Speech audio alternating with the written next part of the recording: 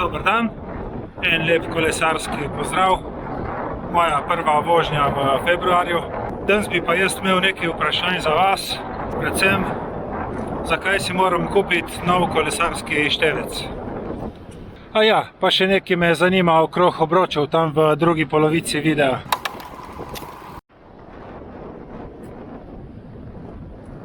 Danes je 2. februar, naj bi bilo 12 stopinj Celzija, tako da jaz sem šel brez volnenih rokavic ven, ampak kaj pa vem, je lih na meji.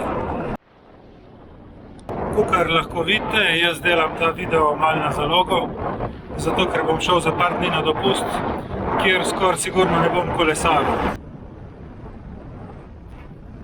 Dejansko bi rabil 2 videa na zalogo, tako da če drugega ne bom uspel posnet, bom pa na dopustu naredil en tak izletniški video. No, kakorkoli, danes bi pa pač jaz imel za vas par vprašanj. Ko sem v mesecu januarju prekolesaril 1000 km, sta se najdla 2 komentatorja na Stravi, ki sta mi napisala, da zdaj si pa res moram kupiti GPS kolesarski števec. Ok, razumem, bom kupil, če moram. Ampak bi me prej pa vseeno zanimalo, zakaj. Se jaz popolnoma razumem, da to moraš si kupiti števec, to sigurno ni bilo mišljeno kot prisila. Zelo gotovo je bilo dobronamerno, zato ker mi pač privoščite, da bi tudi s to opremo napredoval tako kot pri kolesarjenju.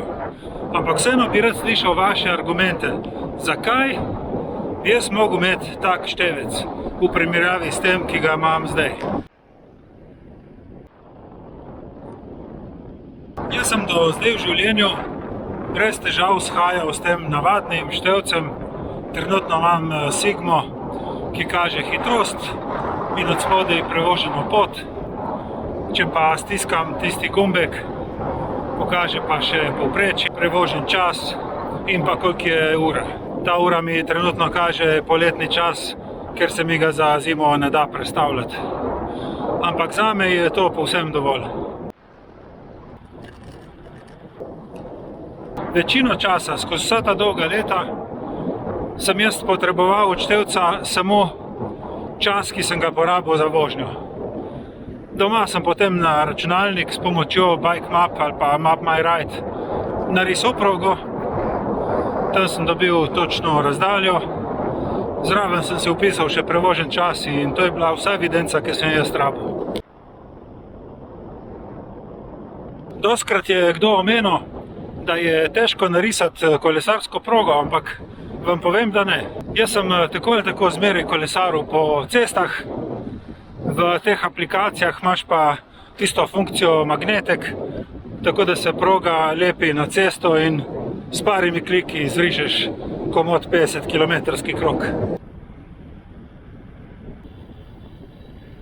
Zagata je mogoče samo v tem, da si moraš na pamet zapomniti, kje si se vozil, kar je lahko kje v tujini malo nerodno, ampak jaz sem pač skrbel za svoje možgane in sem res probal čim več si zapomniti na pamet. Tako lahko rečem, da prav nikoli nisem imel težav z izrisovanjem proge, niti s samo tehniko, kako se proga riše, niti z dejanskimi lokacijami, kje sem se vozil. In vse to je meni popolnoma odgovarjalo leta in leta do lani, ker sem leta 2021 šel na Stravo. Najprej sem jo uporabljal tako, da sem vzporedno vnašal še podatke v svojo evidenco, z letošnjim letom imam pa vse samo na Stravi. Pri uporabi Strave mi je olajšano to, da mi ob prihodu domov ni treba risati proge na računalnik. Še najlažje je pri tem to, da mi ni treba iti takoj za računalnik in ga prižigati. Zato, ker, kot rečeno, meni to izrisovanje res ni delalo nobenih problemov. Zato se mi je tudi takoj postavilo to vprašanje, ker jaz v bistvu GPS števec že imam. Pač na telefonu v Stravi.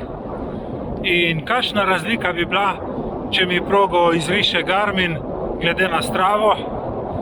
Predvidevam, da je Garmin bolj natančen, ker upošteva več satelitov in ima bistveno boljšo anteno. Po drugi strani to pomeni eno napravo več, za katero je treba skrbeti, da jo ne zgubiš in da ima zmeri polno baterijo.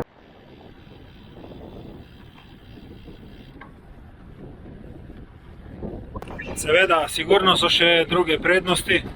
Jaz sem na internetu gledal te pakete, ko dobiš zraven še merilnik srčnega utripa in pa merilnik kadence. Za kadenco si mislim, da bi prišla mi še najbolj prav.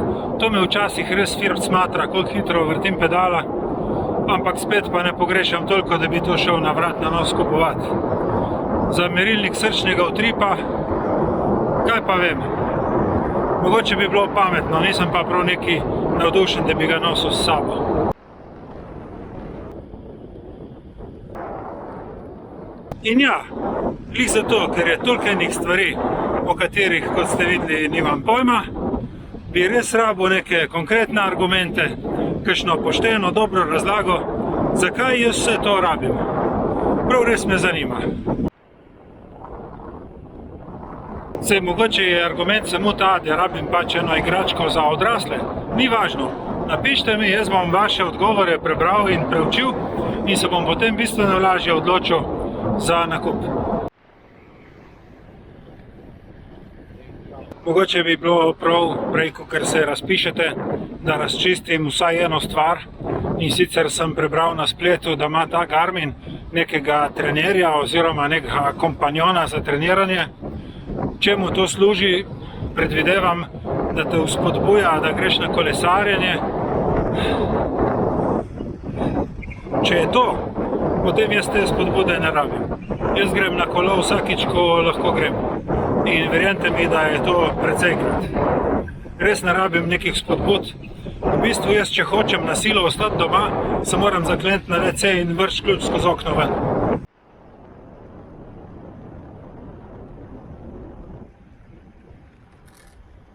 Tudi tale moj Fuji se mi skozi plete med nogami, kot kakšna mačka, še sploh zdaj, ko mu je prišlo na uho, da ga bom zamenjal.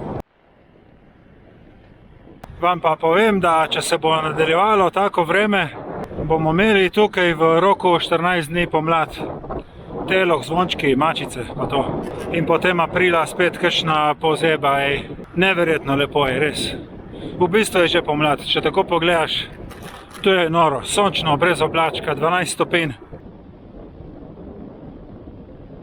No, sej glede števca, mislim, da ste razumeli poanto mojega vprašanja in vem, da bom vsaj od nekaterih od vas dobil kakšne konkretne, argumentirane odgovore.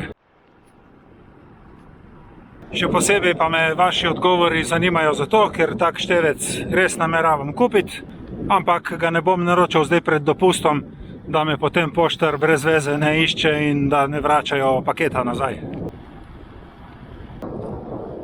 Čisto tako za občutek pa lahko povem, da me je nekako najbolj prepričal tale Garmin Edge 850 v kompletu s tistim merilcem srčnega utripa in kadence.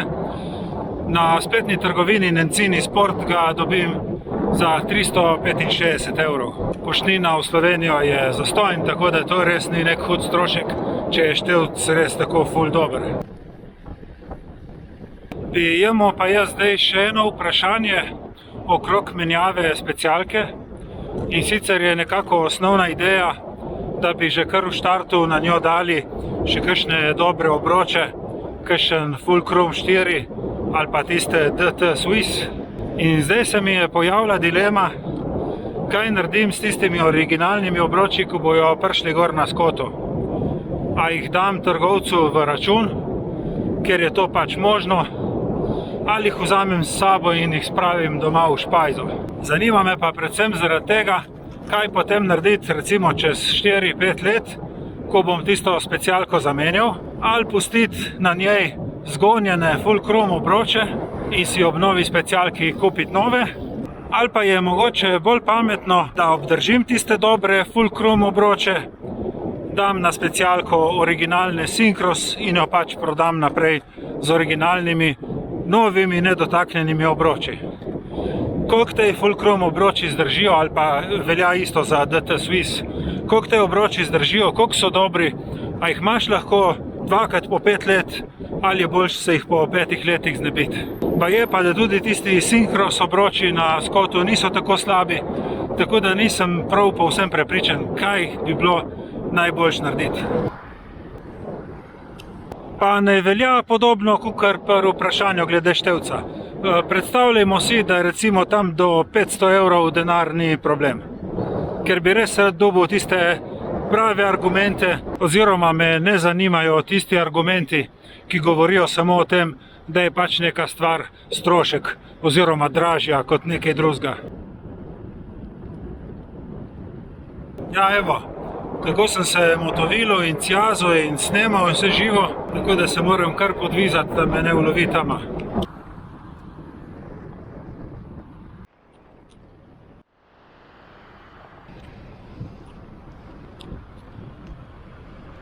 Evo, z zadnjimi sočnimi žarki sem prišel nazaj v Novo Gorico.